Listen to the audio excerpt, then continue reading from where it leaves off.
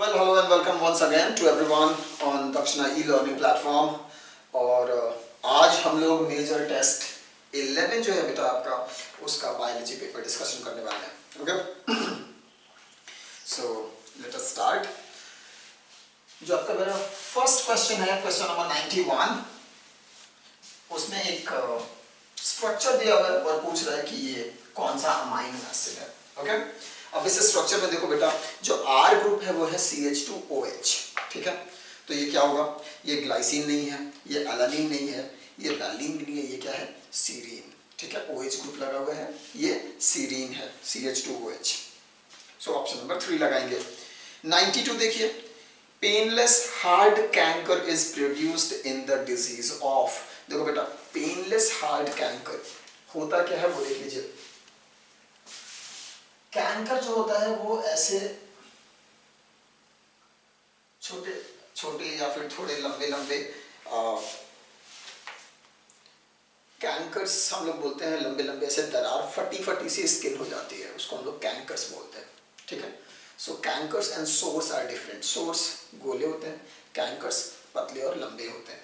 ठीक है, तो painless hard canker is a character of syphilis. ठीक है, किसका कैरेक्टर है? सिफिलिस का. तो बेटा देखो, सिफिलिस में जो अर्ली सिम्टम है दैट इज पेनलेस कैंकर्स. ठीक है, सेकेंडरी उसके बाद लेटर स्टेज में आपको क्या मिलता है? Skin rashes. और उसके बाद से कई सालों तक आपको कोई भी सिम्टम देखने को नहीं मिलेगा और फाइनल स्टेज पहुंच जाएगा. और फाइनल स्टेज में क्या होगा? आपका हो सकता है कि न्यूरल टिश्यू का डैमेज हो, आई डैमेज हो. ठीक है, तो ये या फिर हार्ट मसल्स का डैमेज हो, ये सब होता है किसमें? सिफिलिस में. तो याद रखेंगे, अर्ली सिम्टम्स में आपका क्या है? सिफिलिस का पेनलेस हार्ड कैंकर, यानी कि दर्द नहीं होगा. जो जेनाइटल्स हैं या जो रेक्टम है या माउथ है, इनमें आपको कैंकर्स मिलेंगे, लेकिन ये पेनलेस कैंकर होंगे. ओके, फटे फटे रहेंगे लेकिन दर्द नहीं होगा. सेकेंडली उसके बाद से क्या आएगा? Skin rashes. और थर्डली क्या होता है? इन मेनी ईयर्स या after many years there will be damage to your brain tissue या फिर आपका हार्ट. ओके, आईज, इन सब का डैमेज होना चालू हो जाता है and it becomes fatal. Okay, तो ये सब कैरेक्टर है किसका? सिफिलिस का. ऑप्शन में सिफिलिस बेटा दिया हुआ ही नहीं है. ऑप्शन में क्या है? French pox, small pox, chicken pox and gonorrhoea. ठीक है, याद रखेंगे गुनहोरिया में भी कैंकर होता है, लेकिन वो पेनफुल कैंकर होगा, पेनलेस कैंकर नहीं होगा. पेनलेस का होगा सिफिलिस में. और सिफिलिस फ्रेंच पॉक्स को ही कहते हैं. ठीक है, सो फ्रेंच पॉक्स को हम सिफिलिस कहते हैं. क्यों कहते हैं? क्योंकि ऐसा मानना था कि ब्रिटिश पीपल का कि ब्रिटेन में जो सिफिलिस आया वो थ्रू फ्रांस आया है, इसीलिए इसका नाम क्या रख दिया था? French pox. याद रखेंगे. सो French pox is nothing but syphilis.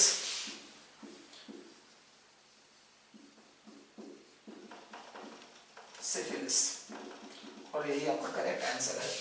Okay, let's talk about 93.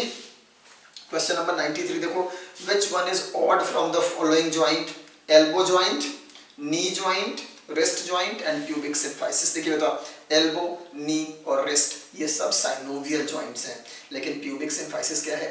cartilaginous joint है, इसलिए आंसर क्या लगाएंगे? फोर्थ. 94 देखेंगे, hemophilus influenzae bacteria responsible for. Haemophilus influenza, नाम में इन्फ्लुएंजा जरूर है लेकिन ये इन्फ्लुएंजा कॉज नहीं करता. ये क्या कॉज करेगा? न्यूमोनिया. ऑप्शन नंबर 2 लगाएंगे.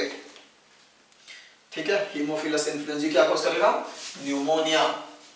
चलिए क्वेश्चन नंबर 95 देखेंगे हम लोग. Which of the following statement is correct?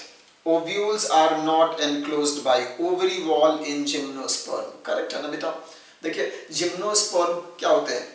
These are naked seed producing plants. इनमें सीड क्या होता है? नेकेड. नेकेड क्यों बोल रहे हैं? क्योंकि सीड के चारों तरफ आपका फ्रूट नहीं होता है, यानी कि ओव्यूल के चारों तरफ यहाँ पर ओवरी वॉल नहीं होगा, तो पोस्ट फर्टिलाइजेशन आपका फ्रूट भी नहीं होगा, सिर्फ सीड होगा, नेकेड सीड. ओके, तो ovules are not enclosed by ovary wall in gymnosperm. Correct है. Selaginella is heterosporous while Salvinia is homosporous. ये तो इनकरेक्ट है. हाँ जी, फर्स्ट ऑप्शन जो था आपका करेक्ट है, सेकंड ऑप्शन इनकरेक्ट है। थर्ड ऑप्शन देखिए, हॉर्स टेल और जिम्नोस्पर्म, नहीं बेटा, हॉर्स टेल क्या होते हैं, दे आर टेरिडोफाइटा। कौन सा ग्रुप, स्पेनोप्सिडा, ठीक है। फोर्थ देखिए, stems are usually unbranched in both cycas and cedrus. देखिए साइकस में ब्रांच अनब्रांच्ड होगा, लेकिन सिदरस में ब्रांच होता है, ठीक है, तो ये भी इनकरेक्ट है। So second, third and fourth जो स्टेटमेंट है वो इनकरेक्ट है। जो आपका फर्स्ट स्टेटमेंट है that is correct, ovules are not enclosed by ovary wall in gymnosperm. Okay, 96 देखेंगे, if a dwarf variety of a pea plant is treated with GA hormone यानी कि gibberellic acid hormone, it grows as the tall pea plant. On selfing this plant the phenotypic ratio is likely to be, देखो बेटा ये dwarf plant है यानी कि इसका genotype क्या होगा, small T small T. Okay, तो जीए के एप्लीकेशन से, जिब्रालिक एसिड के एप्लीकेशन से इसका फिनोटाइप तो चेंज होगा लेकिन जीनोटाइप चेंज नहीं होगा। ओके, और इसकी अगर आप सेल्फिंग करोगे तो आपको क्या मिलेंगे, ऑल ड्वार्फ, क्या मिलेंगे, ऑल ड्वार्फ। ऑप्शन नंबर 1 लगाएंगे, ठीक है।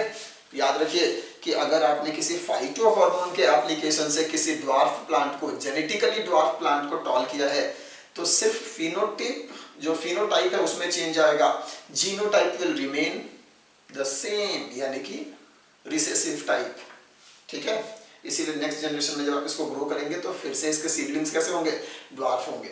ओके, चलिए 97 देखेंगे बेटा, क्वेश्चन नंबर 97। ये बोल रहा है hybrids are generally weak, strong, like as parent या म्यूटेंट। देखो बेटा लाइक एज पैरेंट तो नहीं होंगे क्योंकि ये हाइब्रिड है, इनमें दोनों पैरेंट का कैरेक्टर होगा, और यूजुअली ये क्या होंगे, स्ट्रॉन्ग होंगे। ऑप्शन नंबर 2 लगाएंगे। म्यूटेंट, म्यूटेंट नहीं लगाएंगे बेटा, यहाँ म्यूटेशन की बात नहीं हो रही है, यहाँ हाइब्रिडाइजेशन की बात हो रही है। Okay, great. 98 देखेंगे, if for some reason our goblet cells are non functional this will adversely affect, ठीक है। गॉबलेट सेल्स वो होते हैं जो म्यूकस प्रोड्यूस करते हैं। ओके, प्रोडक्शन ऑफ सोमैटोस्टैटिन, नहीं बेटा सोमैटोस्टैटिन के प्रोडक्शन पे गॉबलेट सेल्स का कोई लेना देना नहीं है। Secretion of sebum from the sebaceous glands, no effect. Maturation of sperm, इस पे भी कोई इफेक्ट नहीं होगा। Smooth movement of food downward the intestine, yes बेटा, अगर आपके गॉबलेट सेल्स नहीं है तो म्यूकस का सिक्रेशन नहीं होगा, म्यूकस का सिक्रेशन नहीं होगा तो आपका पेरिस्टालसिस ठीक से नहीं होगा, यानी कि movement of food downward in the intestine क्या होगा, अफेक्टेड होगा, एडवर्सली अफेक्टेड होगा, मतलब ये मूवमेंट ठीक से नहीं होगा। ओके, सो ऑप्शन नंबर 4 लगाएंगे। 99 देखेंगे, FSH इज अ, FSH क्या होता है बेटा, फॉलिकल स्टिमुलेटिंग हार्मोन। कौन सेक्रेट करेगा, एंटीरियर पिट्यूटरी, और इसका नेचर क्या होता है, इट इज अ ग्लाइकोप्रोटीन, ठीक है। FSH क्या है, ग्लाइकोप्रोटीन है। FSH LH दोनों क्या है, ग्लाइकोप्रोटीन है। 100 देखेंगे, in which of the following disposal use of incinerators are crucial. हाँ जी, तो ये जो क्वेश्चन है वो आपके इकोलॉजी के लास्ट चैप्टर का है, इन्वायरमेंटल इश्यूज। ओके, और जो भी हॉस्पिटल वेस्ट होता है उसको हम लोग डिस्पोज ऑफ करने से पहले क्या करते हैं, इंसर्नेट करते हैं।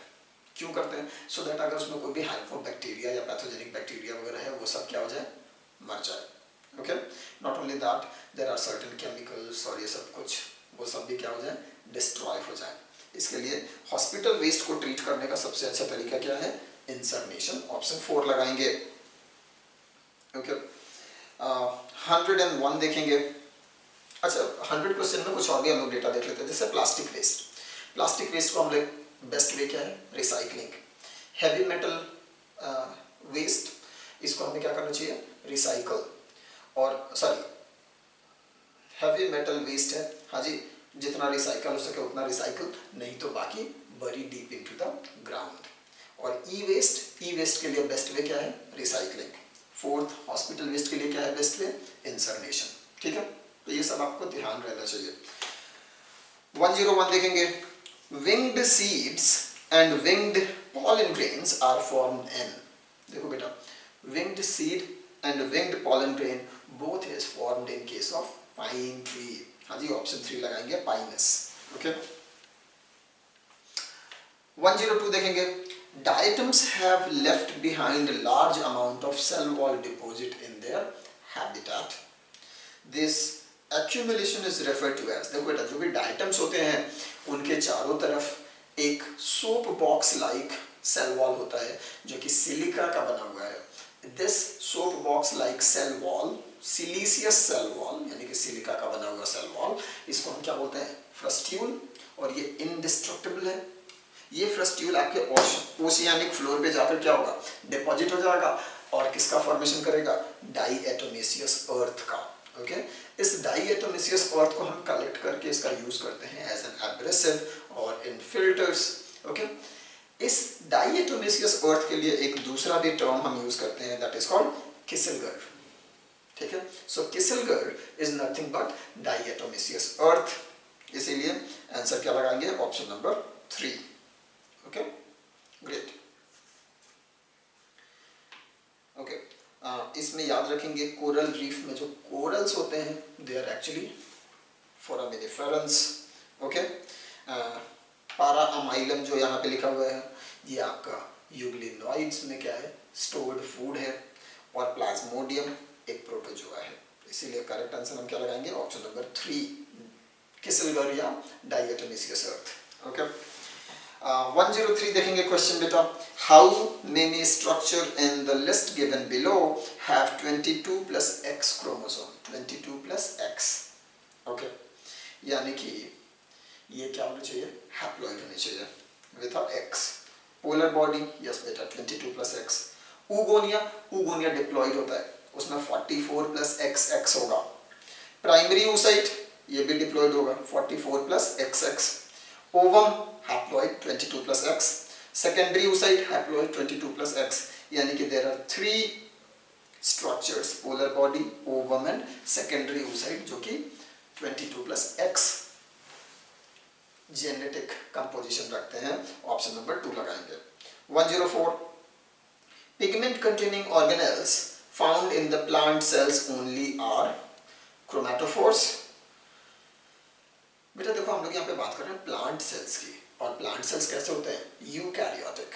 ठीक है, यूकैरियोटिक सेल के अंदर पिगमेंट कंटेनिंग जो ऑर्गेनेल होते हैं उनको हम बोलते हैं plastids, like leucoplast, chromoplast and chloroplast.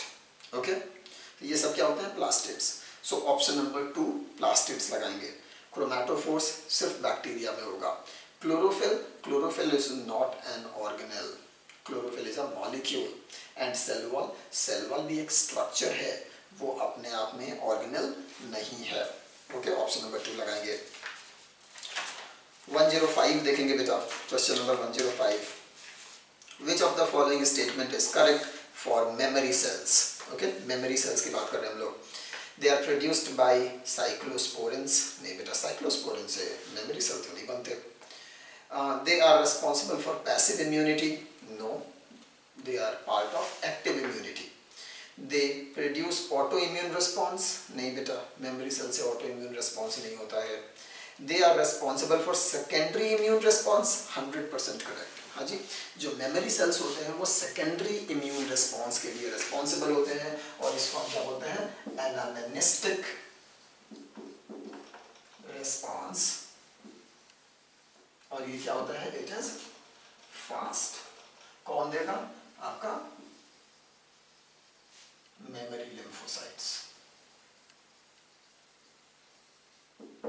Okay तो जो मेमोरी लिम्फोसाइट्स होते हैं they are responsible for anamnestic response which is fast and active. ये फास्ट है और एक्टिव इम्यून रिस्पॉन्स है. क्या ये acquired है? Yes बेटा, it is a part of acquired immunity. ठीक है, तो ये सारे जो फैक्ट्स हैं वो याद रखेंगे regarding your memory lymphocytes. Okay और मेमोरी लिम्फोसाइट बेटा दोनों होंगे, B memory and T memory lymphocytes दोनों होंगे. Okay great. 106 देखेंगे बेटा. Which part of Oparin's theory was accepted on the basis of Miller's experiment? देखिए बेटा,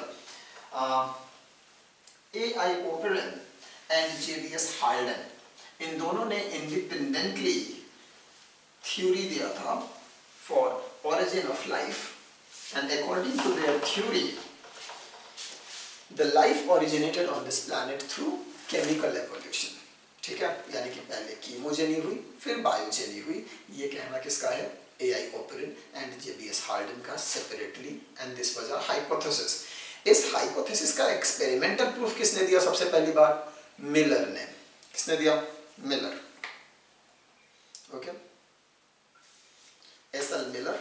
ओके, और उन्होंने क्या किया था? अपना एक फेमस स्पार्क फ्लास्क एक्सपेरिमेंट किया, and in that experiment he recreated the early earth environment, and using methane, ammonia and hydrogen they were able to create certain amino acid।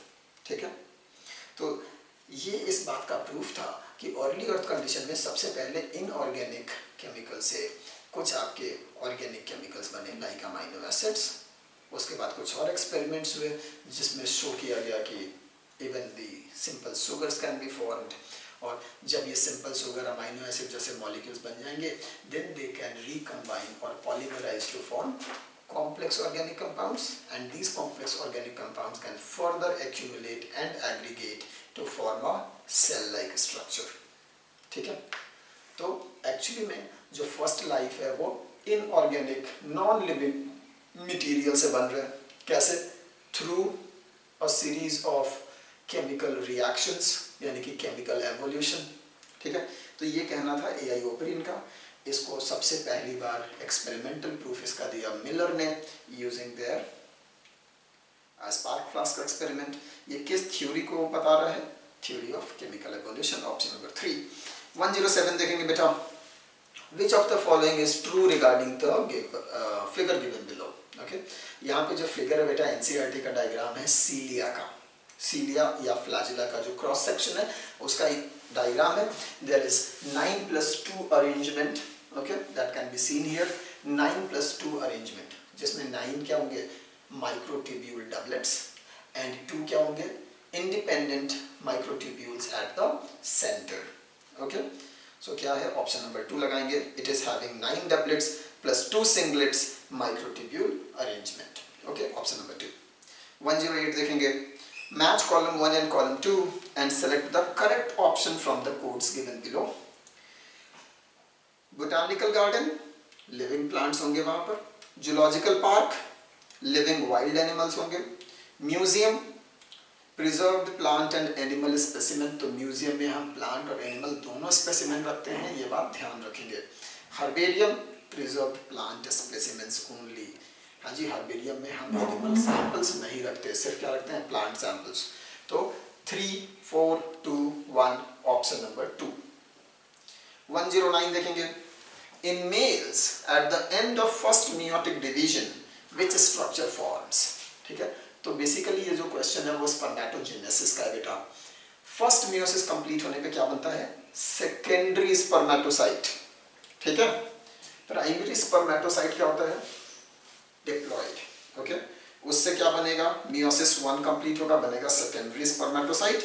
Secondary spermatocyte का second meiosis complete होगा और बनेगा spermatids.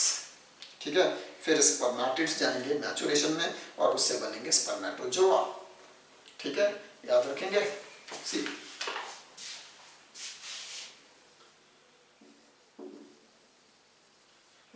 Primary spermatocyte जो होता है वो क्या होता है? डिप्लॉइड। इसमें क्या होगा? मियोसिस 1 क्या बनेगा? Secondary spermatocyte. And secondary spermatocyte कितने बनेंगे? अगर एक प्राइमरी है तो यहाँ पे 2 बनेंगे और ये सब क्या होंगे? हैप्लॉइड। ओके, फिर ये कहाँ जाएगा? मियोसिस 2। ओके, और इससे क्या बनेंगे? स्पर्मेटिड्स। स्पर्मेटिड्स भी क्या होंगे? हैप्लॉइड। 2 सेकेंडरी स्पर्मेटोसाइट है तो इससे कितने बनेंगे? 4 spermatids, and these spermatids will then undergo maturation by the help of Sertoli cells, and they will become 4 spermatozoa। या इसी को हम लोग बोल देंगे स्पर्म। ठीक है, तो एक प्राइमरी स्पर्मेटोसाइट से 4 स्पर्म का फॉर्मेशन होगा। हाँ जी, लेकिन पाथ में क्या होगा ये ध्यान रखेंगे। Primary spermatocyte meiosis 1, secondary spermatocyte which are haploid, meiosis 2 spermatids, these are also what haploid, and then spermatozoa। ठीक है, ग्रेट। ये सारा काम कहाँ होगा? In the seminiferous tubules of the testis। Okay, किसके प्रेजेंस में होगा? Obviously under the influence of FSH, follicle stimulating hormone. हाँ बेटा, याद रखेंगे कि FSH सिर्फ फीमेल्स में काम नहीं करेगा, मेल्स में भी काम करेगा। हाँ जी, और दोनों जगह पे ये क्या करेगा? Spermatogenesis. In female oogenesis, female gamete को हम ओवम बोल रहे हैं, तो oogenesis। In male the male gamete is sperm, इसीलिए हम इसको क्या बोलेंगे? स्पर्मेटोजेनेसिस। ओके, तो FSH का दोनों फंक्शन है, oogenesis भी और स्पर्मेटोजेनेसिस भी। ओके, चलिए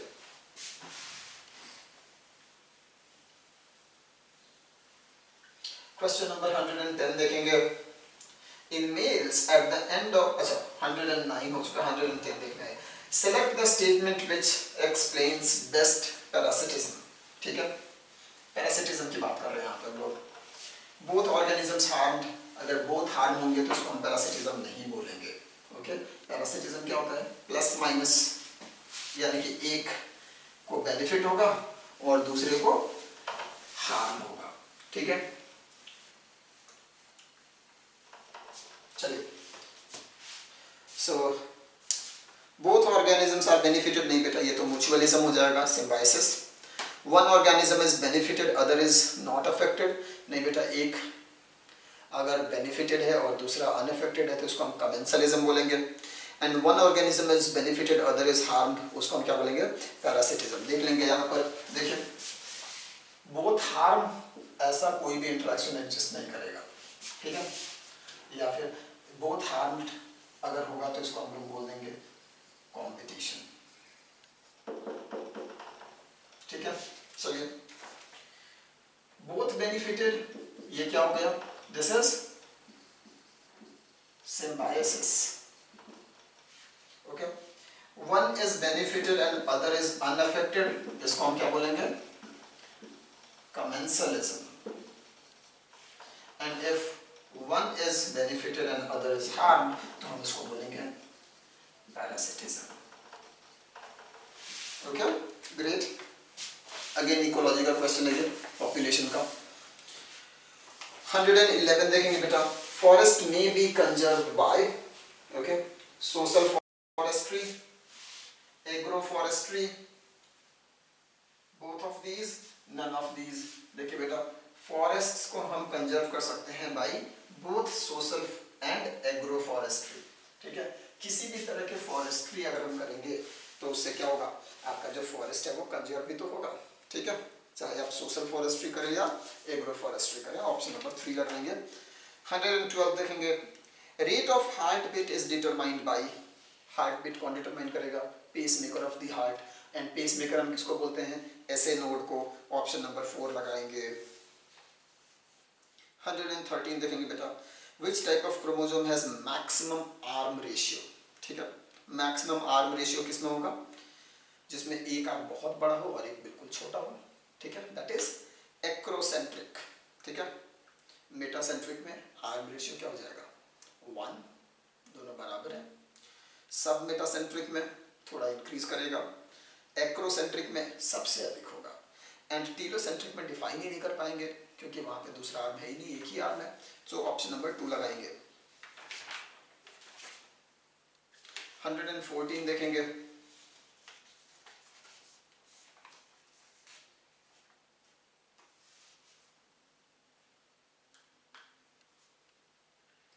If two hybrid plants, capital A small b, are crossed, देखो बेटा दो प्लांट है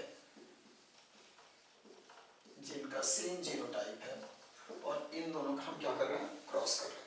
ठीक है,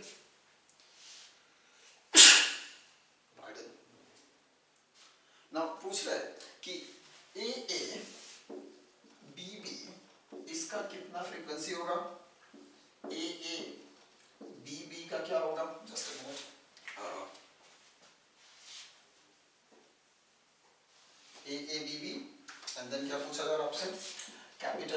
कैपिटल ए, BB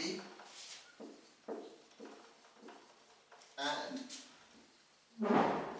इनका आपको क्या बताना है, रेशियो बताना है आपको। अब ध्यान रखेंगे, एक चीज आप ध्यान से सुनेंगे, ऐसे क्वेश्चन बहुत इजी होते हैं। देखिए अगर ये हेटेरोजाइगस है तो हेटेरोजाइगस कंडीशन कितना होता है 2, okay, so it will be 2/4। अगर मैं इसको कैसे कंसीडर करूं, एक डाई हाइब्रिड नहीं मोनो हाइब्रिड क्रॉस के जैसा, ठीक है। अब आप ये जो डाई हाइब्रिड है इसको आप दो मोनो हाइब्रिड में क्या कीजिए, तोड़ दीजिए, ओके। मोनो हाइब्रिड क्रॉस में आपने क्या पढ़ा है, अगर आई हैव ए क्रॉस ए तो मुझे क्या मिलता है, ए एक, दो क्या मिलेगा, यानी कि होमोजाइगस कंडीशन एक मिलेगा 1/4 और हेटेरोजाइगस कितना मिलेगा 2/4, फिर होमोजाइगस कितना मिलेगा 1/4। ये हम सबको हमेशा याद होता है, ठीक है जी। तो अगर आपको ये मोनो हाइब्रिड क्रॉस याद है तो ये सारा कुछ आसानी से आप कर सकते हो। देखिए अब तो ये हाइब्रिड है, कैपिटल ए स्मॉल ए, तो इसका रेशियो क्या होगा 2/4। ये भी हाइब्रिड है तो क्या होगा 2/4 कितना हो गया 4/16। कोई दिक्कत है, यहां देखेंगे ये होमोजाइगस है, यानी कि ये कितना होगा 1/4, ये कितना होगा 1/4, और ये हेटेरोजाइगस है कितना होगा 2/4, यानी कि ये कितना हो गया 2/16। ये क्या है हेटेरोजाइगस होमोजाइगस 2/4 इंटू 1/4 कितना हो जाएगा 2/16। ये भी होमोजाइगस, ये भी होमोजाइगस 1/4 इंटू 1/4 यानी कि 1/16। अब देखिए कौन सा ऑप्शन मैच कर रहा है, ऑप्शन नंबर 3, ओके।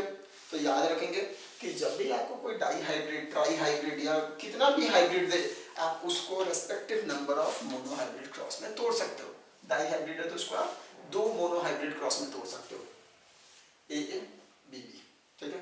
जो हेटेरोजाइगस होगा वो 2/4 होगा, जो होमोजाइगस होगा वो 1/4 होगा। आपस में इसको मल्टीप्लाई करते जाएंगे, आपको आंसर ऑटोमेटिकली मिल जाएगा। ये बहुत अच्छा तरीका है, चाहे कितना भी दिया हो 5, 6, हाँ जी, हेक्सा हाइब्रिड क्रॉस हो, हेप्टा हाइब्रिड, कितना भी क्रॉस में आपके जीन्स हो, आप उसको इजीली कर सकते हो इस मेथड से, ओके, ग्रेट।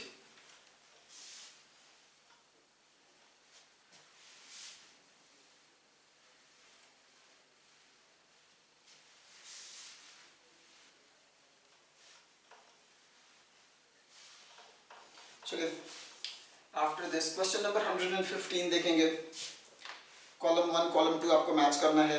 बेसिकली इसमें कॉलम 1 में कुछ फीचर्स दिए हुए हैं, कॉलम 2 में जिम्नोस्पर्म और एंजियोस्पर्म में आपको बताना है कौन किस में मैच करेगा, ठीक है। अब देखिए सीव ट्यूब, देखो बेटा सीव ट्यूब से क्या बनेगा, sieve tube element, okay. And sieve tube जो है वो आपको सिर्फ और सिर्फ एंजियोस्पर्म में दिखेगा, जिम्नोस्पर्म में देखने को नहीं मिलेगा, ठीक है। कंपेनियन सेल ये भी एंजियोस्पर्मिक फ्लोएम में मिलेगा। एल्बुमिनस सेल ये बेटा जिम्नोस्पर्म का कैरेक्टर है, ठीक है। सीव सेल जिम्नोस्पर्म में, ठीक है। सीव सेल और सीव ट्यूब में थोड़ा अंतर है, ध्यान रखेंगे, ठीक है। सीव ट्यूब मैच्योर्ड सेल होता है, सीव सेल इमैच्योर सेल होता है। तो सीव सेल आपको जिम्नोस्पर्म में मिलेगा, एंजियोस्पर्म में नहीं मिलेगा। फ्लोएम पैरेन्काइमा दोनों में मिलेंगे, ठीक है। एंड फ्लोएम स्क्लेरेन्काइमेटस फाइबर ये भी आपको दोनों में मिलेंगे। अंतर कहाँ है, mainly in the sieve cell and sieve tube, okay. तो जिम्नोस्पर्म में आपको सीव सेल मिलेंगे, एंजियोस्पर्म में सीव ट्यूब सेल या सीव ट्यूब एलिमेंट, या फिर साथ में और क्या मिलेगा companion cell, okay. So correct option क्या लगाएंगे, ऑप्शन नंबर 2, ओके। 116 देखेंगे। Which one of the following red अच्छा in which one of the following red muscles are used, ठीक है। Moving eyeball, okay. Fast work for shorter duration, यहाँ पे white muscles हैं। Sustained work for longer duration, एक minute,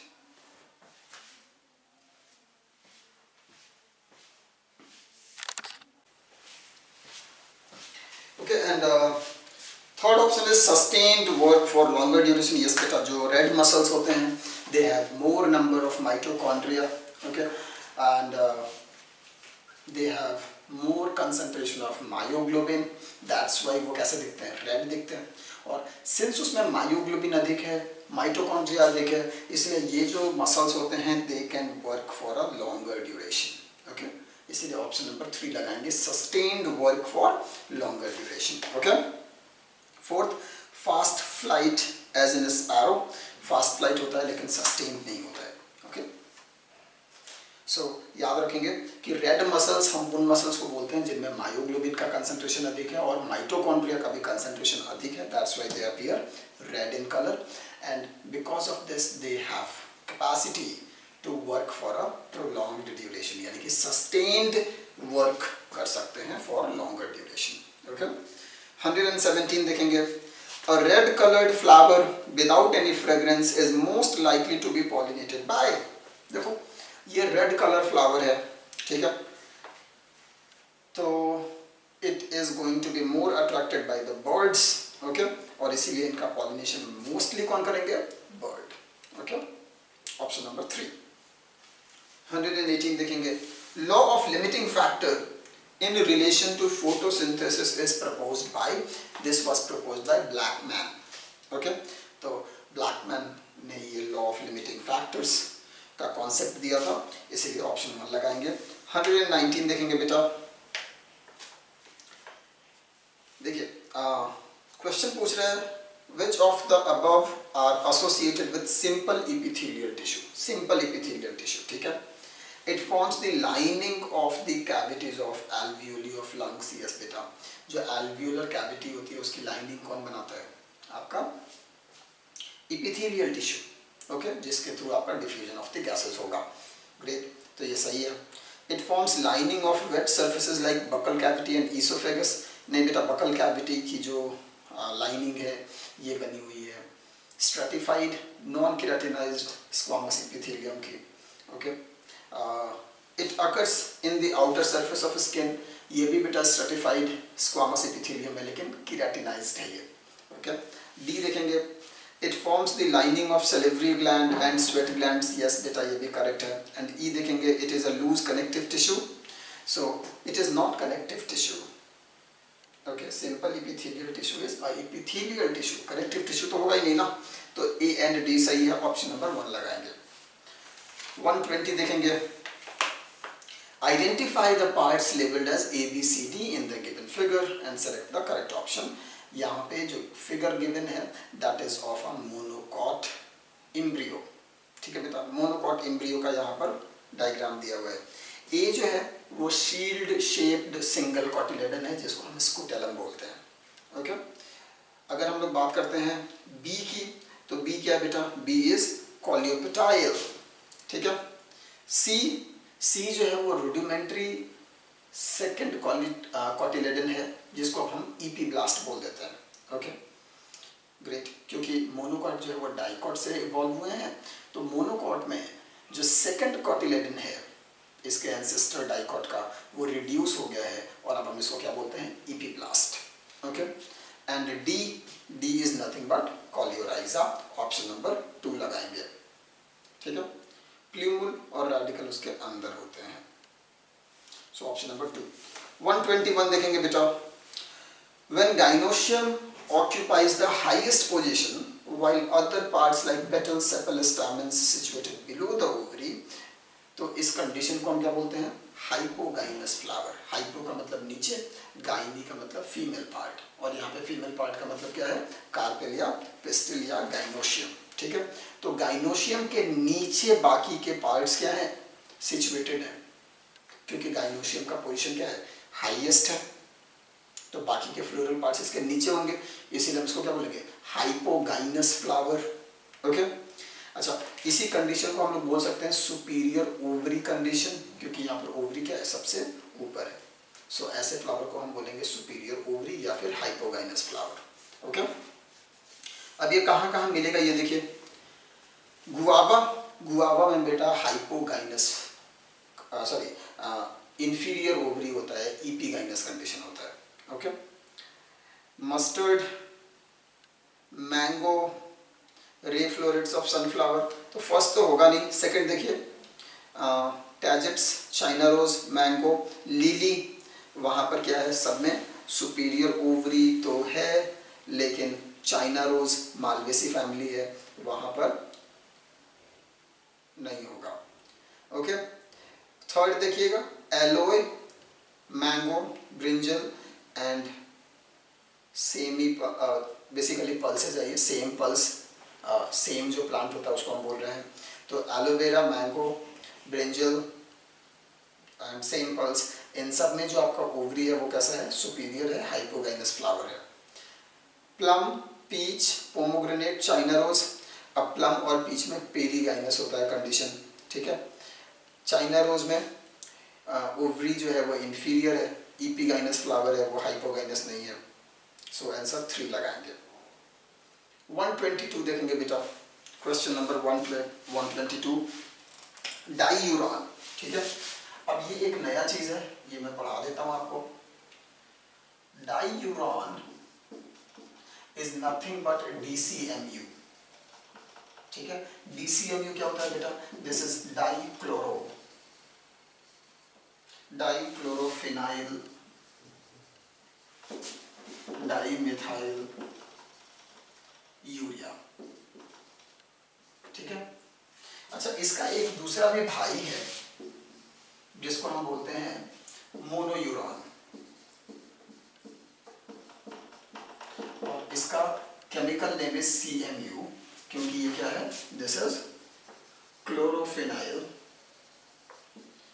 dimethyl urea, ठीक है। और याद रखेंगे बोथ DMU एंड CMU, हाँ जी, याद रखेंगे बोथ DCMU एंड CMU, ये क्या होते हैं, ये इनहिबिटर्स होते हैं। ये क्या होंगे, इनहिबिटर होंगे।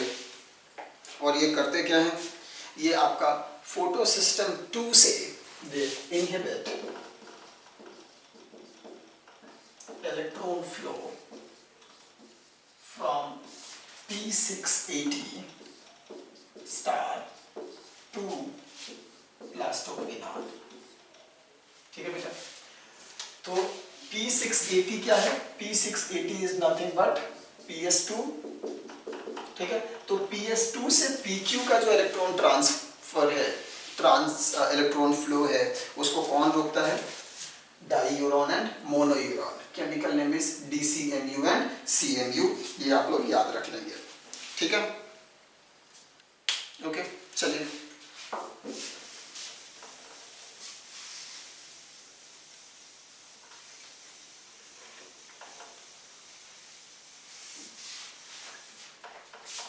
दूसरी एक और चीज याद रखेंगे कि इसके अलावा कुछ और भी आपके इनहिबिटर्स होते हैं फोटोसिंथेसिस में, ओके, जैसे कि diquat and parakeet, okay. Diquat and parakeet जो है ये आपका फोटोसिस्टम 1 से फेरिडॉक्सिन का जो इलेक्ट्रॉन फ्लो है उसको रोकता है, ठीक है बेटा, याद रखेंगे। डाइक्वेट एंड पैराक्वेट वो क्या रोकेगा, electron flow from PS1 to ferredoxin, ठीक है। PS2 टू प्लास्टोक्विनॉन को कौन रोकता है, DCMU एंड CMU, जिसको हम क्या बोल रहे हैं, डाईयूरॉन एंड मोनोयूरॉन। 123 देखेंगे बेटा, most distinct annual ring is found in temperate region, हाँ जी, क्यों, क्योंकि टेम्परेट रीजन में सीजनल वेरिएशन सबसे अधिक होगा, और जब सीजनल वेरिएशन होगा तो उसकी वजह से आपको लाइट एंड डार्क बैंड्स का क्लियर फॉर्मेशन होगा, यानी कि जो एनुअल रिंग्स होंगे वो बिल्कुल डिस्टिंक्टली दिखेंगे, कहाँ, in the plants growing in the temperate region, okay. Option number 1। 124 लगाएंगे, catalytic converter do not contain platinum, palladium, rhodium, ये सब होता है बेटा, ठीक है। ये सारे एक्सपेंसिव मेटल्स आपको प्रेजेंट होंगे कैटालिटिक कन्वर्टर में, कैडमियम नहीं होता है, ठीक है। Cadmium is not found in catalytic converter, option 4 लगाएंगे। 125, विच one is correct, barnacles and well, commensalism, हाँ बेटा देखेंगे ये सही है, हाँ जी। वेल को कोई फायदा नहीं हो रहा है लेकिन बार्नेकल्स को फायदा हो रहा है, यानी कि ये +0 टाइप ऑफ इंटरेक्शन है, कमेंसलिज्म है। Orchid and tree, orchid and tree में देखिए ऑर्किड जो है वो इपीफाइट है, तो ऑर्किड को सपोर्ट मिल रहा है लेकिन ट्री को कोई भी फायदा या नुकसान कुछ नहीं हो रहा है, सो अगेन +0 है, कमेंसलिज्म है, करेक्ट है ये। Fig and wasp, fig wasp and जो फिग ट्री होता है उन दोनों के बीच में म्यूचुअल रिलेशनशिप होता है, एक को पॉलिनेशन का फायदा है, दूसरे को शेल्टर मिल रहा है और फूड मिल रहा है, दोनों ही मिल रहा है, तो ++ सिचुएशन है, म्यूचुअलिज्म है, ये भी करेक्ट है। Hermit crab and clown fish, hermit crab and clownfish में बेटा दोनों को फायदा हो रहा है। हाँ जी, जो हर्मिट क्रैब है, हर्मिट क्रैब उसको प्रोटेक्शन मिल रहा है और जो क्लाउन फिश है उसको क्या मिल रहा है, एक minute, hermit crab and clown fish, hermit crab जो है उसके ऊपर आपका सी एनिमन ग्रो कर रहा होता है, ठीक है, तो हर्मिट क्रैब और सी एनिमन में तो आपका प्रोटोकोऑपरेशन देखने को मिलता है, लेकिन उस सी एनिमन में रहने वाले क्लाउन फिश के साथ हर्मिट क्रैब का कोई रिलेशनशिप नहीं हो रहा है, ठीक है, इन दोनों का आपस में कोई इंटरेक्शन नहीं है, इसीलिए ये क्या है, कमेंसलिज्म नहीं है। ध्यान देंगे यहाँ पर क्वेश्चन में hermit crab and clown fish लिखा है और हम लोगों ने क्या पढ़ा है, हम लोगों ने जो इंटरेक्शन पढ़ा है अभी तक वो पढ़ा है hermit crab and sea anemone, ठीक है, सी एनिमनी, और दूसरा हमने पढ़ा था sea anemone and clownfish, ठीक है, ये क्या था, this is an example of protocooperation, या फिर एनसीईआरटी में आपको इसको म्यूचुअलिज्म में भी लिख दिया है, ठीक है, तो जैसा ऑप्शन होगा उसके हिसाब से हम लोग टिक करेंगे, प्रोटो कोऑपरेशन या म्यूचुअलिज्म, अगर प्रोटो कोऑपरेशन होगा तो प्रोटो कोऑपरेशन, नहीं होगा तो mutualism. Sea anemone and clownfish में क्लाउन फिश को तो फायदा है, सी एनिमन को कोई खासा फायदा नहीं है, तो ये क्या है, +0 है, ये कमेंसलिज्म होता है, ठीक है, लेकिन क्वेश्चन में क्या दिया है, hermit crab and clown fish, इनके बीच में कोई इंटरेक्शन नहीं है, ठीक है, ऑप्शन 4 लगाएंगे, इनकरेक्ट है वो। 126 देखेंगे बेटा, dark coloured peppered moth is able to survive in industrial areas as compared to light colored form because of natural selection in polluted environment या polluted surroundings, ठीक है, तो डार्क कलर्ड पेपर्ड मॉथ ने क्यों सर्वाइव किया, क्योंकि अब surrounding कैसा हो गया है, डार्क, उसमें इसको अच्छे से ये कंसील कर पा रहा है, खुद को छुपा पा रहा है, तो इसका प्रीडेशन कम हो रहा है, यानी कि इसका नेचुरल सिलेक्शन हो रहा है, ठीक है, ऑप्शन नंबर 3 लगाएंगे। 127 which statement is true about water pollution, ठीक है, water hyacinth is also called terror of Bengal, correct है बेटा। Dissolved oxygen is measured by oximeter, this is also correct. BOD is amount of oxygen required for decomposition of organic matter present in an aquatic system, बिल्कुल सही है। And eutrophication is related to succession, ये भी सही है, so ABCD चारों सही हैं, ऑप्शन नंबर 3 लगाएंगे। 128 देखेंगे बेटा, fluid mosaic model of plasma membrane explains, ठीक है, only structural aspect of plasma membrane, नहीं बेटा, ये स्ट्रक्चरल और फंक्शनल दोनों को करता है, ठीक है, ऑप्शन नंबर 3 लगाएंगे। 129 देखेंगे, out of the following members of which phylum are primitive multicellular animals, हाँ जी, तो सबसे प्रिमिटिव मल्टीसेलुलर एनिमल्स कौन है, पॉलीफेरा, आंसर 3 लगाएंगे।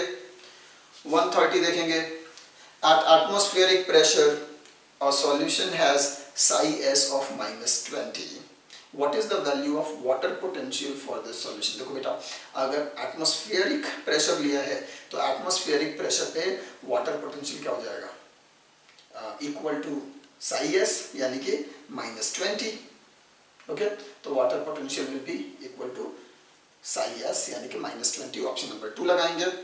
131 देखेंगे, inbreeding refers to mating of closely related animals, कितने क्लोजली? 4 to 6 जनरेशंस। Okay, option 1। 132 देखेंगे, ग्रास गोट मैन, ठीक है।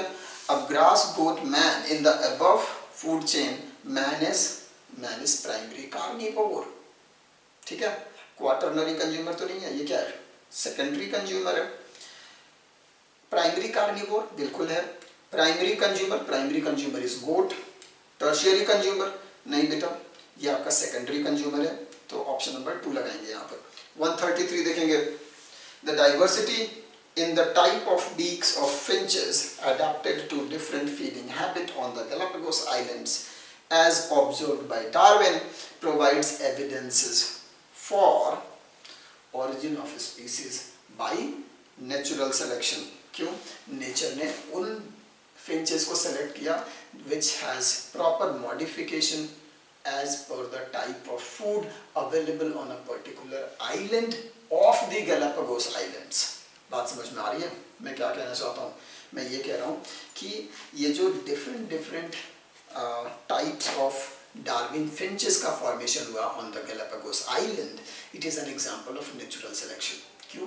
क्योंकि हमने क्या देखा कि एक सीड ईटिंग फिंच गई थी गैलापागोस आइलैंड पे, और वहाँ पे डिफरेंट आइलैंड्स पे इनका एडाप्टिव रेडिएशन हुआ, ओके, इनका नेचुरल सिलेक्शन हुआ, ऑर्गेनिक एवोल्यूशन हुआ, ठीक है, as per the kind of food available on a particular island, ठीक है। तो जहाँ पे सीड था वहाँ पे फिंचेस छोटे स्टाउट हो गए हार्ड सीड्स को खाने के लिए, कहीं पे थोड़े लंबे हो गए इंसेक्ट के लिए, कहीं पे कैक्टस ईटिंग हो गया, ठीक है। तो अलग अलग तरह के फिंचेस का मॉडिफिकेशन हुआ, और उन्हीं फिंचेस को उन पर्टिकुलर आइलैंड्स पे रिप्रोडक्टिव सक्सेस मिली, उन्हीं को नेचर ने सेलेक्ट किया which had the suitable beak modification as per the food available on the island, ठीक है। तो ये किसका एग्जांपल है? नेचुरल सिलेक्शन का, ठीक है। Option number 3। 134 देखेंगे, select the correct option in which all the plants representing the following floral diagram। बेटा ये जो फ्लोरल डायग्राम है वो लिलिएसी फैमिली का है, क्योंकि यहाँ पर पेटल और सेपल क्या हो गए हैं? फ्यूज हो गए हैं, टेपल बन रहा है, और टेपल के साथ यहाँ पर हमें क्या देखने को मिल रहा है? स्टामेंस भी फ्यूज्ड हैं, ठीक है। और ये सब 3 के मल्टीपल में है, ठीक है, ट्राइमेरस फ्लावर है। ग्रेट। अब आपको बताना है कि कौन से ऐसे ऑप्शंस हैं जिसमें सारे के सारे एग्जाम्पल किसके हैं? लिलिएसी फैमिली के हैं। कॉल्चिकम, हाँ जी लिलिएसी फैमिली है। पी बेटा फैबेसी फैमिली है, तो गलत हो गया ये। सेकंड देखिए, ब्रिंजल सोलानेसी फैमिली है। थर्ड देखिए, ग्लोरियोसा, अलोए एंड ट्यूलिप, ये सब लिलिएसी फैमिली के हैं। ऑप्शन नंबर 3 लगाएंगे। फोर्थ ऑप्शन में देखिए, सिस्बेनिया, एस्पैरेगस, ग्राम, नहीं है ना, तो ऑप्शन नंबर 3 लगाएंगे। 135 देखेंगे, father of white revolution in India is Verghese Kurien, option number 2। 136, complex tissue is the characteristics of vascular cryptogams only. बेटा क्रिप्टोगैम्स में वैस्कुलर सिर्फ टेरिडोफाइटा होते हैं, ठीक है, और वहाँ पे कॉम्प्लेक्स टिश्यू सिर्फ और सिर्फ क्रिप्टोगैम्स में नहीं फेनेरोगैम्स में भी मिलता है, तो ओनली लगा दिया, इसलिए ये हम नहीं लगाएंगे। ऑल वैस्कुलर प्लांट्स, हाँ बेटा जितने भी वैस्कुलर प्लांट्स हैं उनमें कॉम्प्लेक्स टिश्यू देखने को मिलेगा। कॉम्प्लेक्स टिश्यू का मतलब जाइलम एंड फ्लोएम, और ये सारे वैस्कुलर प्लांट्स में होगा, whether it is pteridophyta, gymnosperm और एंजियोस्पर्म, ठीक है। ग्रेट, तो ऑप्शन नंबर 2 लगाएंगे। 137 देखेंगे, in which stage DNA replication takes place. बेटा देखिए यहाँ पर जो डायग्राम दिया हुआ है इसमें डी जो है वो एस फेज को रिप्रेजेंट कर रहा है, और उसी में डीएनए का रेप्लिकेशन होगा। ऑप्शन नंबर 4 लगाएंगे। 138 देखेंगे, a gymnast is able to balance his body upside down even in total darkness due to, किसकी वजह से? Vestibular apparatus, tectorial membrane, organ of Corti या कॉक्लिया। देखो बेटा बॉडी बैलेंसिंग की बात कर रहे हैं, एंड बैलेंसिंग करने में कौन हेल्प करता है? Inner ear. इनर ईयर के 2 पार्ट हैं, एक है कॉक्लियर एपरेटस और दूसरा है वेस्टिबुलर एपरेटस। जो कॉक्लियर एपरेटस है उसमें कॉक्लिया है, ऑर्गन ऑफ कॉर्टाई है एंड टेक्टोरियल मेम्ब्रेन है, ठीक है। Tectorial membrane is part of organ Corti and organ Corti is part of cochlea, ठीक है। तो जो कॉक्लियर एपरेटस है वो किसमें हेल्प करता है? हियरिंग में, जो कि सेकेंडरी फंक्शन है ईयर का। और वेस्टिबुलर एपरेटस किसमें हेल्प करता है? बैलेंसिंग में, जो कि प्राइमरी फंक्शन है ईयर का, ठीक है। और क्वेश्चन यही पूछ रहा है कि बॉडी बैलेंस में कौन हेल्प करेगा, तो फर्स्ट वेस्टिबुलर एपरेटस लगाएंगे। Okay, great.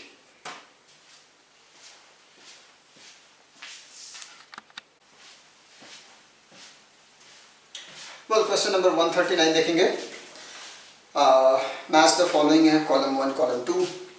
UV, snow blindness, biodegradable organic matter किसके साथ जाएगा, BOD, DDT, biomagnification, and phosphate से क्या होगा बेटा, यूट्रोफिकेशन। ठीक है, ऑप्शन नंबर 3 लगाएंगे। 140 देखेंगे। Dissolution of the synaptonemal complex occurs during. तो सिनेप्टोनिमल कॉम्प्लेक्स बेटा डिग्रेड कब होगा, डिसॉल्व कब होगा, ये डिसॉल्व होगा इन जाकर के डिप्लोटीन स्टेज। ओके, इन डिप्लोटीन स्टेज। ठीक है, बना कब था, जाइगोटीन। सो जाइगोटीन, पैकिटीन, इन दोनों में सिनेप्टोनिमल कॉम्प्लेक्स होगा। फिर डिग्रेड कहाँ कर जाएगा, डिप्लोटीन। डिप्लोटीन और डायाकाइनेसिस में आपको सिनेप्टोनिमल कॉम्प्लेक्स देखने को नहीं मिलेगा। ऑप्शन नंबर 4 लगाएंगे। 141 HCG इज सिक्रेटेड ड्यूरिंग। देखो बेटा, प्रेगनेंसी के टाइम पे कुछ हार्मोन्स होते हैं जो हमेशा और सिर्फ प्रेगनेंसी के टाइम पे ही रिलीज होते हैं। These are HCG, HPL and relaxin. ठीक है, तो याद रखेंगे हार्मोन्स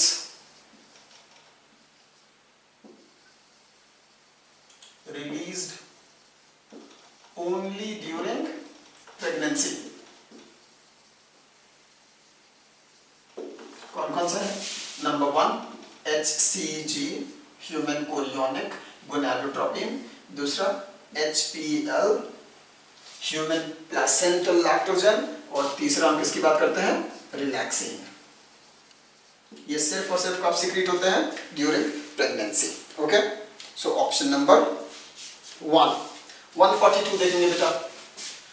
142 जो आपका क्वेश्चन है, यहां पर एक फ्लो चार्ट दिया हुआ है। ओके, प्राइमरी फॉलिकल पे क्या लगेगा, प्राइमरी फॉलिकल पे लगेंगे FSH। ओके, और प्राइमरी फॉलिकल डेवलप हो जाएगा किसमें, ग्राफियन फॉलिकल में। देखेंगे जो आपका प्राइमरी फॉलिकल है, 1 डिग्री फॉलिकल, इस प्राइमरी फॉलिकल, इसके ऊपर कौन काम करता है, FSH। ये फॉलिकल स्टिमुलेटिंग हार्मोन है, तो ये फॉलिकल को स्टिमुलेट करेगा for its growth and development, और ये किस में कन्वर्ट हो जाएगा आपका, मैच्योर्ड ग्राफियन फॉलिकल में। ठीक है, अब ग्राफियन फॉलिकल पे क्या आएगा, LH सर्ज। यहाँ पर क्या होगा, LH सर्ज, और LH सर्ज की वजह से क्या होगा, ओव्यूलेशन, जिससे कि क्या यहाँ पर आएगा, ओवा। ओके, और इधर क्या बन जाएगा आपका, कॉर्पस लूटियम। ठीक है, तो LH सर्ज से ओव्यूलेशन होगा, और ओव्यूलेशन के साथ साथ यहाँ पर जब LH लगेगा on the LH receptors of the follicular cells, तो ये क्या बन जाएंगे, कॉर्पस लूटियम। ठीक है, तो आंसर लगाएंगे 4th FSH LH LH। ठीक है, 143 देखेंगे बेटा। Question number 143, which of the following is secondary pollutant. Secondary pollutant कौन सा होता है बेटा, जो प्राइमरी पॉल्यूटेंट से रिएक्ट करने के बाद बनता है। ठीक है, ओके, तो पैन जो है, पैन वो आपके नाइट्रोजनस कंपाउंड से बनता है। ओके, नाइट्रोजन ऑक्साइड से बनता है। पैन जो है वो एक सेकेंडरी पॉल्यूटेंट है। पैन एंड ओजोन दोनों क्या होता है, सेकेंडरी पॉल्यूटेंट। ऑप्शन नंबर 1 लगाएंगे यहाँ। 143, breathing rate is lowered during eating because. खाना खाते समय आपका जो ब्रीदिंग रेट होता है वो कम हो जाता है। क्यों, क्योंकि याद रखेंगे कि at one time either you can inhale और यू कैन इंजेस्ट। समझ में आ रहा है, या तो आप खाना निगल सकते हो, इंजेशन कर सकते हो, स्वेलोइंग ऑफ फूड कर सकते हो, या फिर आप सांस ले सकते हो। दोनों साथ में कभी नहीं होगा। ठीक है, अगर गलती से दोनों साथ में करने की आप कोशिश करोगे तो खाना बाई चांस कहाँ जाने लगेगा, ट्रैकिया में, और फिर आपको खांसी आने लगती है। ओके, तो at during swallowing of food, आपका जब डीग्लूटिटेशन आप कर रहे हो, यानी कि swallowing ऑफ फूड कर रहे हो, उस समय आपका जो ग्लॉटिस होता है वो क्या रहता है, कवर्ड रहता है बाई एपिग्लॉटिस, तो उस समय इनहेलेशन आपका नहीं हो रहा है। ठीक है, तो ड्यूरिंग ईटिंग आपका जो रेट ऑफ ब्रीदिंग है वो कम हो गया है। क्यों? बिकॉज आपका जो स्वॉलोइंग है और ब्रीदिंग है दोनों साथ में नहीं हो सकता है, इसीलिए ऑप्शन नंबर 2 लगाएंगे। 145 देखेंगे, arrange the events in human female reproductive cycle. ठीक है, अब देखिए, secretion of FSH, growth of corpus luteum, growth of follicle and oogenesis, ovulation, sudden increase in level of LH। तो सबसे पहले क्या होगा बेटा? secretion of FSH, और जब FSH होगा तो उससे नेक्स्ट क्या होगा? growth of follicle and oogenesis। उसके बाद से क्या होगा? sudden increase in the level of LH, LH surge, और उसकी वजह से क्या होगा? ovulation, ovulation के बाद क्या होगा? growth of corpus luteum। ठीक है, सो आंसर क्या लगाएंगे? ACEDB, option number 2। 146 देखेंगे बेटा, seminal plasma in human is rich in. Seminal plasma का मतलब है seminal fluid, the secretion of seminal vesicle. ठीक है, तो seminal plasma in human is rich in glucose, fructose and ribose. नहीं बेटा, इसमें राइबोज शुगर नहीं होगा। ठीक है, fructose, calcium and phosphate. Yes बेटा, फ्रक्टोज, कैल्शियम और फॉस्फेट तीनों ही होंगे किसमें? सेमिनल फ्लूइड में। और ये सेमिनल फ्लूइड स्पर्म और प्रोस्टैटिक फ्लूइड के साथ मिल करके क्या बनाएगा? सीमेन।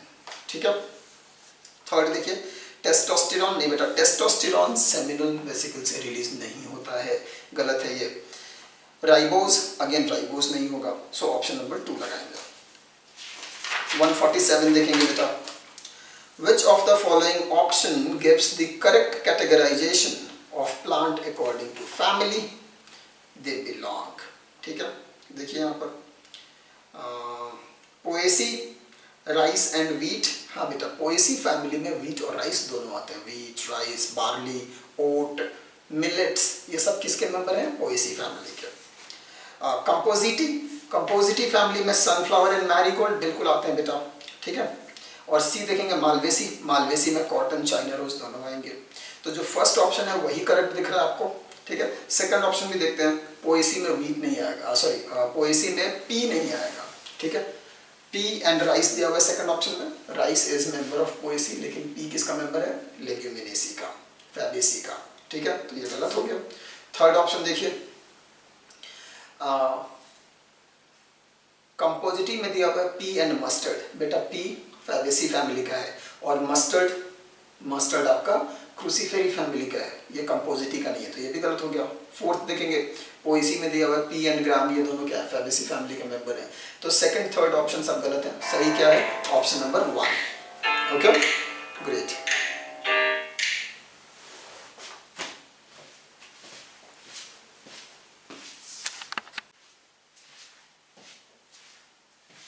ओके, क्वेश्चन नंबर 148 देखेंगे बेटा। 148, which statement is wrong about Turner syndrome? It is a monozomic disorder। हाँ बेटा, टर्नर सिंड्रोम में क्या होता है? 44 प्लस XO, हाँ जी, यानी कि 2n-1 है ये। तो ये क्या है? मोनोजोमी है, monosomy of X chromosome, monosomy of X chromosome. ठीक है, तो ये करेक्ट है। Associated with sex chromosome, yes बेटा, X chromosome is a sex chromosome. Okay, fertile female, नहीं बेटा, यहाँ पर जो फीमेल होगी वो फर्टाइल नहीं होगी, स्टेराइल होगी। ठीक है, तो ये इनकरेक्ट है, रॉन्ग है। Improper development of breast, yes बेटा, यहाँ पर इम्प्रॉपर डेवलपमेंट ऑफ ब्रेस्ट होगा, रूडिमेंट्री ओवरीज होंगे और इसीलिए फीमेल जो फर्टाइल नहीं, स्टेराइल होगी। ओके, ऑप्शन नंबर 3 लगाएंगे।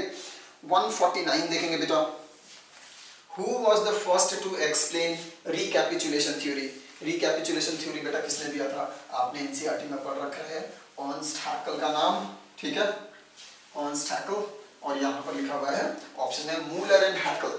ठीक है, तो याद रखेंगे कि सबसे पहले रिकैपिचुलेशन थ्योरी जो है वो एक्सप्लोर किया था मूलर एंड हैकल ने। Okay, option number 2। और ये थ्योरी है क्या? Ontogeny recapitulates phylogeny. ठीक है, इसको हम लोग बायोजेनेटिक लॉ भी बोलते हैं, एम्ब्रियोलॉजिकल थ्योरी भी बोलते हैं। ठीक है, सो ऑप्शन नंबर 2 लगाएंगे। 150 देखेंगे, कॉलम 1 कॉलम 2 को मैच करना है आपको। क्लाविसेप्स पुरपुरिया और ergot disease, okay, of secale cereale. Secale cereale क्या है? राई है। Okay, Albugo candida, white rust on mustard leaf, हाँ जी, कलेक्टोट्रिकम फैलेक्टम, ये क्या कॉज करेगा बेटा, red rot of sugar cane, and Puccinia graminis क्या कॉज करेगा, ब्लैक रस्ट ऑफ व्हीट, ठीक है। सो ऑप्शन नंबर 1 लगाएंगे। 151 देखेंगे, which pill is known as the abortion pill, ठीक है। तो किस पिल को हम एबॉर्शन पिल बोलते हैं बेटा, ये जो क्वेश्चन है ये थोड़ा डिफरेंट है, आपको इसके बारे में बताता हूँ। देखिए एक पिल आती है जिसको हम बोलते हैं मीफेप्रिस्टोन, ओके। जो मीफेप्रिस्टोन है इसको हम लोग इमरजेंसी एबॉर्शन पिल बोलते हैं, क्या बोलते हैं, emergency abortion pill, and this can cause abortion up to around 45 days of pregnancy, ठीक है। 45 डेज तक की प्रेगनेंसी को ये अवॉइड कर सकता है, कौन, मीफेप्रिस्टोन, ओके। इसको डिस्कवर किया गया था in France under the name of RU486, ठीक है। तो RU486 की तरह इसको डिस्कवर किया गया था। आज के डेट में इसका ट्रेड नेम जो है वो मीफेप्रिस्टोन है, okay.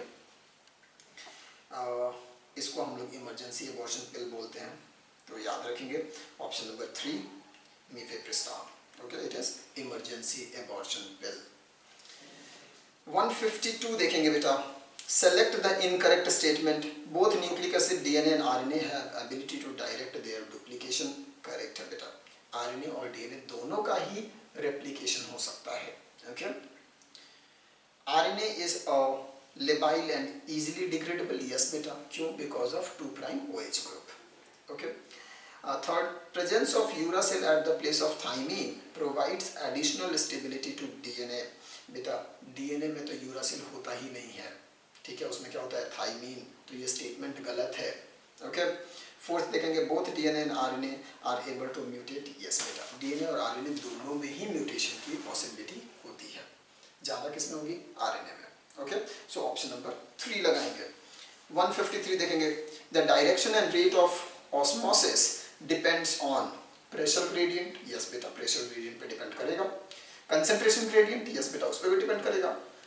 Proton gradient, proton gradient का ऑस्मोसिस से कोई लेना देना नहीं है। प्रोटॉन ग्रेडियंट हम कहाँ यूज करते हैं, for ATP synthesis, okay. So answer लगाएंगे ऑप्शन नंबर 3, 1 and 2 बोथ। क्यों, हमने क्या पढ़ा है कि ऑस्मोसिस कहाँ से कहाँ होगा, high water potential to low water potential, और वाटर पोटेंशियल का फॉर्मूला हमने क्या पढ़ा है, psi W equals to psi P plus psi S, जिसमें प्रेशर पोटेंशियल भी है और आपका सॉल्यूट पोटेंशियल भी है, ओके। सो ऑप्शन 3 लगाएंगे। 154 देखिए, 154, read the following 5 statements A to E and answer as asked next to them. पूछ रहा है कि how many are correct statement, ठीक है। तो कितने इसमें करेक्ट स्टेटमेंट है, 5 में से वो बताना है। देखिए यहाँ पर a typical anther is unilobed structure and consists of 2 pollen sacs, नहीं बेटा गलत है, जो typical anther होता है वो bilobed होगा and it has 4 pollen sacs, इसीलिए हम उसको क्या बोलते हैं, tetrasporangiate, okay। तो पहला स्टेटमेंट इज इनकरेक्ट। दूसरा देखेंगे, each cell of the sporogenous tissue is capable of giving rise a microspore tetrad, yes बेटा, this is correct, हाँ जी, जो स्पोरोजेनस टिश्यू है, यानी कि we are talking about microspore mother cell, हाँ जी, वो डिवाइड करके आपका क्या देगा, पॉलन ग्रेन्स, करेक्ट है। Sporopollenin is one of the most resistant inorganic materials known, okay बेटा, जो स्पोरोपोलिनिन है वो ऑर्गेनिक मटेरियल होता है, इनऑर्गेनिक मटेरियल नहीं होता है, ठीक है। तो ये इनकरेक्ट स्टेटमेंट है। थर्ड देखेंगे, elongated internode between corolla and androecium is called anthophore, yes बेटा, इसको हम लोग एंथोफोर कहते हैं, ठीक है। तो एंथोफोर, गाइनोफोर, ये सब होते हैं इन अ फ्लावर, ठीक है। सो एंथोफोर क्या है, internode between corolla and androecium. अगर एंड्रोशियम और गाइनोशियम के बीच का इंटरनोड होगा तो हम इसको क्या बोलेंगे, गाइनोफोर, ठीक है। The innermost layer of microsporangium is tapetum. It nourishes the developing pollen grains. ये भी सही है। So बेटा B, D and E सही है, ऑप्शन नंबर 4 लगाएंगे, ठीक है। 155 देखेंगे, ion that stimulates the entry of calcium 2+ in presynaptic neuron is sodium. अब आप बोलोगे ऐसा कैसे हो गया? देखिए बेटा, जब सोडियम आएगा, ठीक है, सोडियम की जब एंट्री होगी तो उसकी वजह से मेम्ब्रेन डीपोलराइज होगा and depolarisation will allow the entry of calcium 2+, ठीक है। इसीलिए आंसर क्या लगाएंगे? Option number 3 sodium. 156 देखेंगे। Consider the following 4 statements A to D and select the option which include all the correct ones only. ठीक है। The codon is read in mRNA in a continuous fashion. Yes बेटा, mRNA को आप कैसे read करते हो? Continuous fashion में, ठीक है। यहाँ पर कोई कॉमा फुल स्टॉप वगैरह नहीं होता। UAG codon has dual function in protein synthesis. नहीं बेटा, UAG is a stop codon, ठीक है, और इसका सिर्फ एक ही फंक्शन है, स्टॉप करना ट्रांसलेशन को, ठीक है, इसका कोई डुअल फंक्शन नहीं है। See it in actual structure the tRNA is a compact molecule which looks like inverted L. Yes बेटा, जो 3 डायमेंशनल स्ट्रक्चर होता है tRNA का वो कैसा होता है? Inverted L structure. किसने दिया है? किम ने दिया है, KIM, Kim is a scientist. Okay. 28S rRNA in bacteria also behave as ribozyme. नहीं बेटा, बैक्टीरिया में तो 28S rRNA होता ही नहीं है ना, वहाँ पे क्या होता है? 23S rRNA, ठीक है। तो ये भी स्टेटमेंट क्या है? इनकरेक्ट। तो कितने करेक्ट हैं? Only A and C, option number 4 लगाएंगे। 157 देखेंगे। Dash are microbodies which take part in glyoxylate pathway bounded by single membrane and are usually present in germinating fatty seed. This is ग्लाइऑक्सिसोम।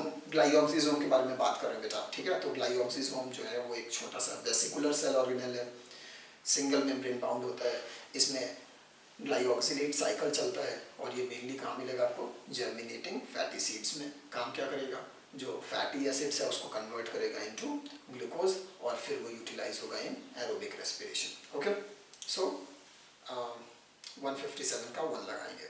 158 hormone are dash chemicals which acts as dash messengers and are produced in dash amount. Choose the correct option, ठीक है बेटा। Hormones क्या होते हैं? These are non nutrient chemicals। हाँ जी, NCERT की line है बेटा, याद रखेंगे। Hormones are non nutrient chemicals which acts as intercellular messengers, okay, and are produced in trace amounts. Option 3 लगाएंगे, okay। 160 देखेंगे। Energy from light reaction is transferred to dark reaction in the form of ATP। किसके फॉर्म में? ATP, option number 2। 161 which one is apocrine gland? देखो बेटा, apocrine gland किसको बोलते हैं? एपोक्राइन ग्लैंड कुछ ऐसा होता है, ठीक है, जिसमें कि यहाँ पर आपका जो भी सिक्रेटरी सब्सटेंस है वो मेनली स्टोर हो जाता है in the apical part of the cell, और ड्यूरिंग सिक्रीशन क्या होगा? ये एपिकल पार्ट यहाँ से टूट जाएगा, यानी कि ये क्या होगा? टूट जाएगा और ये सब कुछ क्या हो जाएगा? यहाँ पर रिलीज हो जाएगा इंटेलिजेंस, और फिर बचेगा क्या आपका? सेल कुछ ऐसा बचेगा, ओके। फिर से ये सेल क्या होगा? ग्रो करेगा और ग्रो करके फिर से ऐसा बन जाएगा, ओके, और फिर से इसमें से क्या होगा? सिक्रीशन। फिर से ये टूटेगा यहाँ से और सिक्रीशन होगा।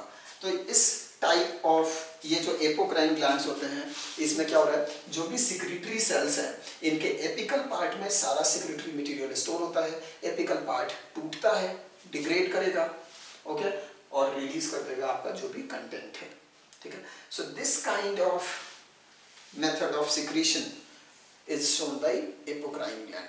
ऐसे ग्लैंड को क्या बोल रहा है? Apocrine gland. कहाँ देखने को मिलेगा? मैमरी ग्लैंड में, ठीक है। मैमरी ग्लैंड कैसा है? एपोक्राइन ग्लैंड है, ओके। Option number 3। इसमें क्या हो रहा है? सिक्रीशन के साथ साथ सेल का कुछ पार्ट भी डैमेज हो रहा है, साइटोप्लाज्म में कुछ रिलीज हो रहा है, ओके, लेकिन सेल की डेथ नहीं हो रही है, सेल की टोटल डिस्ट्रक्शन नहीं होगी, ठीक है। 162 देखेंगे। कार्सिनोमा रेफर्स टू, कार्सिनोमा किसको बोलते हैं बेटा? Carcinoma is malignant tumour of skin या म्यूकोसा, ठीक है, एपिथेलियल ऑरिजिन का है, ठीक है, कार्सिनोमा। ऑप्शन नंबर 2 लगाएंगे वहां पे। 163 देखेंगे बेटा, question number 163। The phenomenon in which an allele of one gene suppresses the expression of an allele of another gene, ठीक है, तो एक जीन का जो अलील है वो दूसरे जीन को क्या कर रहा है, सप्रेस कर रहा है. This is a kind of intergenic interaction, और इस तरह के इंटरैक्शन को हम बोलेंगे एपिस्टासिस. क्या बोलेंगे, एपिस्टासिस. ऑप्शन नंबर 3 लगाएंगे. ये एपिस्टासिस दो तरह का हो सकता है, डोमिनेंट एपिस्टासिस या फिर रिसेसिव एपिस्टासिस, दोनों ही हो सकता है. ठीक है, ऑप्शन नंबर 3 लगाएंगे. 164 देखेंगे. Your uncle is a trained botanist. While walking through an agricultural field, he wanted to show you a leaf modified for storing food. He dug up the plant. और ये प्लांट कौन सा है, ओपोन्सिया. नहीं बेटा, ओपोन्सिया तो कैक्टस है. ओके, गार्लिक, हाँ बेटा, गार्लिक जो होता है उसमें जो अंडरग्राउंड लीफ है वो फूड का स्टोरेज करता है. ठीक है. अगेव, अगेव में बेटा बल्बिल्स बनते हैं. Okay. And potato is a tuber. वहाँ पे फूड का स्टोरेज स्टेम में हो रहा है, मॉडिफाइड स्टेम में, ना कि लीफ में. ठीक है. तो modified leaf for food storage is found in onion and garlic. Option number 2 लगाएंगे. 165 देखेंगे बेटा. ABCD NCERT का डायग्राम है, चैप्टर है anatomy of flowering plants. Okay, और आपको बताना है कि कौन सा करेक्ट है इसमें से. A is epidermis, B is complementary cells. Okay, lenticels का पार्ट बन रही है. C क्या है, कॉर्क कैम्बियम, और D क्या है बेटा, सेकेंडरी कॉर्टेक्स. ठीक है. सो ऑप्शन नंबर 2 लगाएंगे यहाँ पे. 166 देखेंगे. Which of the following modifies the structure of repressor so that it cannot bind to operator? हाँ जी, तो जो भी आपके इंड्यूसर्स होते हैं बेटा वो क्या करेंगे, रिप्रेसर से बाइंड करेंगे, और रिप्रेसर में स्ट्रक्चरल चेंज होगा सो दैट अब ये ऑपरेटर से बाउंड नहीं रहेगा, और ओपेरॉन क्या हो जाएगा, स्विच ऑन. ये बिल्कुल बेटा, ये जो एग्जांपल है वो किसका, लैक ओपेरॉन का है. याद कीजिए, लैक ओपेरॉन में जो रिप्रेसर प्रोटीन है वो जाके ऑपरेटर पे बाइंड कर जाता है एंड जीन की साइलेंसिंग हो जाती है. जैसे ही इंड्यूसर आता है, लैक्टोज या एलोलैक्टोज, वो आकर के किससे बाइंड करेगा, रिप्रेसर प्रोटीन से, और रिप्रेसर प्रोटीन में स्ट्रक्चरल चेंज होगा जिसकी वजह से अभी ऑपरेटर पे बाउंड नहीं रहेगा एंड जीन क्या हो जाएगा, ओपन हो जाएगा. ओपेरॉन क्या हो जाएगा, स्विच ऑन हो जाएगा. ऑप्शन नंबर 2 लगाएंगे, इंड्यूसर. ठीक है. को रिप्रेसर जब आएगा तो वो रिप्रेस करेगा. ठीक है. 167 देखेंगे. Which of the following is hormone releasing IUD, intrauterine device? कौन सा बेटा, लिपिज लूप, वो तो सिंपल प्लास्टिक का लूप है. CU7 कॉपर है. LNG20 जो है वो बेटा मेडिकेटेड IUD है, और इसमें से आपका हार्मोन रिलीज होगा, स्लोली रिलीज होता रहेगा. ठीक है. सो LNG20 is the correct answer. Multiload 375, इसमें भी कोई हार्मोन नहीं है, ये नॉन मेडिकेटेड है. 167 देखेंगे बेटा, सॉरी 167 हो गया है. 168 देखेंगे. Which of the following is not correct match? Amphetamine stimulant होता है, मॉर्फिन ओपियोइड है, सेडेटिव होगा. कोकेन कोका अल्कलॉइड्स है, करेक्ट है. LSD बेटा कैनाबिनॉइड्स नहीं है. LSD क्लाविसेप्स पुर्पुरिया से मिलता है, अर्गॉट से मिलता है. ठीक है, तो ये गलत है. ऑप्शन 4. 169 देखेंगे. Fruit drop is prevented by spraying gibberellin. हाँ जी, अगर आपको अर्ली फ्रूट ड्रॉप को रोकना है तो हम किसका यूज करते हैं, मेनली जिब्रेलिन्स का. ठीक है. 170. Backbone of DNA is made up of sugar and phosphate. हाँ जी, सुगर, फॉस्फेट, सुगर. इसमें नाइट्रोजनस बेस नहीं होगा. ऑप्शन 2 लगाएंगे. 171. Which of the following is essential for photolysis of water? Mn, manganese.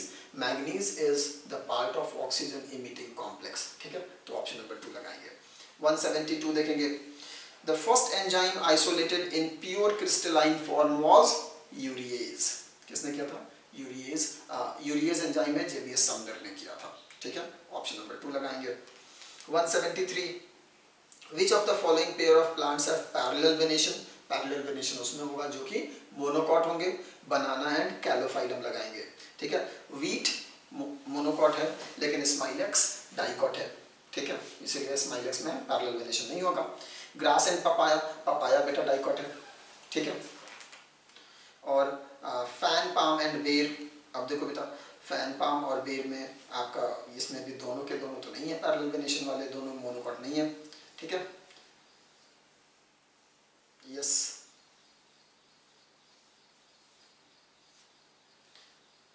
Okay, so option number 2 लगाएंगे, banana and Calophyllum. 174 देखेंगे, increase CO2 and temperature will cause the O2/HB dissociation curve to shift.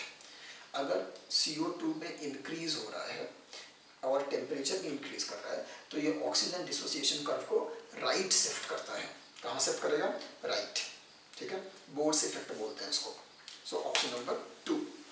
175, the malleus is attached to the tympanic membrane and stapes is attached to the oval window of the cochlea, ठीक है बेटा, और round window को कोई attach नहीं होगा, ठीक है, ओवल विंडो को अटैच होगा स्टेपेज, ठीक है। ओवल विंडो का दूसरा नाम क्या है? फेनेस्ट्रा ओवालिस, ओके, ऑप्शन 1 लगाएंगे। 176, which of the following set of organisms have motile male gamete? अब देखिए बेटा मोटाइल मेल गैमेट कहाँ होगा? फ्यूकस परफाइरा यूलोथ्रिक्स नहीं होगा, फ्यूकस क्लेमाइडोमोनास स्पाइरोगाइरा नहीं होगा, फ्यूकस ग्रासिलेरिया क्लेमाइडोमोनास में भी नहीं होगा, Fucus Chlamydomonas and Funaria, okay, इनमें सारे के सारे क्या होंगे? Motile male gametes. फ्यूकस में भी होगा, क्लेमाइडोमोनास में भी होगा और फ्यूनेरिया में भी होगा, ठीक है। स्पाइरोगाइरा में नॉन मोटाइल मेल गैमेट होता है, ठीक है, ग्रासिलेरिया में भी नॉन मोटाइल होगा एंड पोरफायरा में भी नॉन मोटाइल होगा, इसलिए ऑप्शन 4 लगाएंगे। 177 देखेंगे बेटा, यहाँ पर डायग्राम दिया हुआ है, 4 डायग्राम है। A is Euglena, B is Chlamydomonas, okay, C is your Funaria and D is Salvinia, okay, so option number 1 लगाएंगे। चलिए 178 देखेंगे, read the following 5 statements and select option with all correct statements only। देखिए, mosses and lichens are the first organism to colonize a bare rock। mosses and lichens, हाँ बेटा, सबसे पहले कौन आते हैं? lichens followed by mosses, तो first option correct है। Selaginella is a homosporous pteridophyte, नहीं बेटा, सेलाजिनेला हेटेरोस्पोरस होता है, इनकरेक्ट है। Coralloid roots in Cycas have VAM, नहीं बेटा, VAM is not coralloid but mycorrhizal root में आपको देखने को मिलता है, वेसिकुलर आर्बस्कुलर माइकोराइजी है ना ये, ठीक है, तो ये आपको कहाँ मिलेगा? माइकोराइजल रूट में, coralloid रूट में नहीं होगा, गलत है ये। Main plant body in bryophyte is gametophytic, correct है, whereas in pteridophyte it is sporophytic, correct option है ये। 5th देखेंगे, in gymnosperm male and female gametophyte are present within sporangia located on sporophyte, ये भी करेक्ट है। सो 1st, 4th and 5th correct है, बाकी के क्या है? इनकरेक्ट है, ऑप्शन 3 लगाएंगे। Cell theory is not acceptable to not applicable to viruses, क्यों? वायरसेस जब होस्ट के अंदर होते हैं तो वो लिविंग की तरह काम करते हैं, but they do not have cellular organisation, इसीलिए ये क्या है? सेल थ्योरी का एक्सेप्शन है। Ultrafiltrate generated by glomerulus is having all the constituents of blood except blood plasma except, तो बेटा अल्ट्राफिल्ट्रेट में आपका ना ही तो आरबीसी होगा, ना ही डब्ल्यूबीसी होगा, ना ही प्रोटीन होगा, लेकिन सवाल को जब आप ध्यान से पढ़ोगे तो उसने क्या लिखा है? Ultrafiltrate generated by glomerulus is having all the constituents of blood plasma except, तो बेटा ब्लड प्लाज्मा में तो आरबीसी डब्ल्यूबीसी ही नहीं होता, ठीक है, इसीलिए आंसर क्या लगाएंगे? फर्स्ट, प्रोटीन, ठीक है, ऑप्शन 1 लगाएंगे, ऑल ऑफ दीज नहीं लगाएंगे, ठीक है, ध्यान देना है, क्वेश्चन में ब्लड नहीं ब्लड प्लाज्मा बोला है, इसलिए ऑप्शन 1 लगाएंगे। Great, so these were your 180 questions, I hope you have liked it. Again I would say the same thing, time बहुत कम बचा आप लोग के पास, तो दम लगा दो अपना, जितनी भी एनर्जी है सारी लगा दो इसमें, ओके। बायोलॉजी एनसीईआरटी से बिल्कुल ऐसे रट जाओ, एक एक लाइन, एक एक word, and most of the question again इस साल भी एनसीईआरटी से ही होने वाले हैं, सो एनसीईआरटी बेस्ड स्टडी आपको जरूर करनी है, लेकिन कहीं ना कहीं आपको नोट्स भी पढ़ना है, वीडियो लेक्चर्स देखने हैं, नोट्स को भी थोड़ा ध्यान देंगे। कुछ कुछ क्वेश्चन जो है वो आप तभी कर पाओगे जब आप नोट्स पढ़ोगे, ठीक है। Great, majority of the question आपका एनसीईआरटी से हो जाएगा, लेकिन अगर आपको सारा 360 में 360 स्कोर करना चाहते हैं, then you have to go back to your notes. Okay, great. With this, thank you very much. Keep studying, keep learning. See you in the next video.